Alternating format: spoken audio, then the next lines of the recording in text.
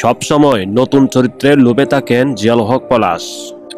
কাজের প্রস্তাব বেশি আসলেও তিনি সবসময় মরিয়া থাকেন ব্যতিক্রম চরিত্র নিয়ে। এবার পর্দায় জিয়াউল হক পলাশকে ভিন্ন লুকে হাজির করছেন জাতীয় পুরস্কার প্রাপ্ত নির্মাতা তামিম রহমান অংশু। এবার জিয়াউল হক পলাশকে নিয়ে খালিদ শিরোনামের নতুন একটি নাটক নির্মাণ করেছে নির্মাতা তামিম রহমান অংশু। শুধুমাত্র এই নাটকটির জন্য জিয়াউল হক পলাশ নিয়মিত জিম করেছে, শারীরিক গঠনে পরিবর্তন এনেছে। সবচাইতে মজার বিষয় হচ্ছে এই ড্রামাতে জিয়াউল হক পলাশকে দেখা যাবে একজন বক্সারের চরিত্রে। তো লিসেনার, ইতিমধ্যে এই ড্রামাটি নিয়ে সোশ্যাল মিডিয়াতে চলছে আলোচনা এবং সমালোচনা।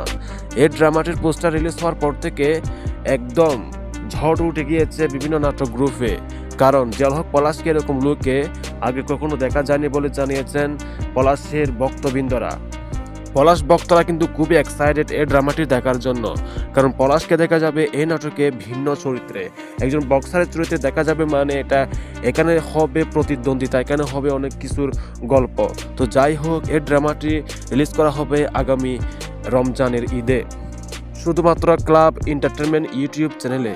আর হ্যাঁ বন্ধুরা, এই ড্রামাটিতে পলাশের বিপরীতে এখনো পর্যন্ত কাকে রাখবেন সিলেক্টেড করা হয়নি, হয়তো এটা সারপ্রাইজ হিসেবে থাকছে বলে জানিয়েছে নির্মাতা।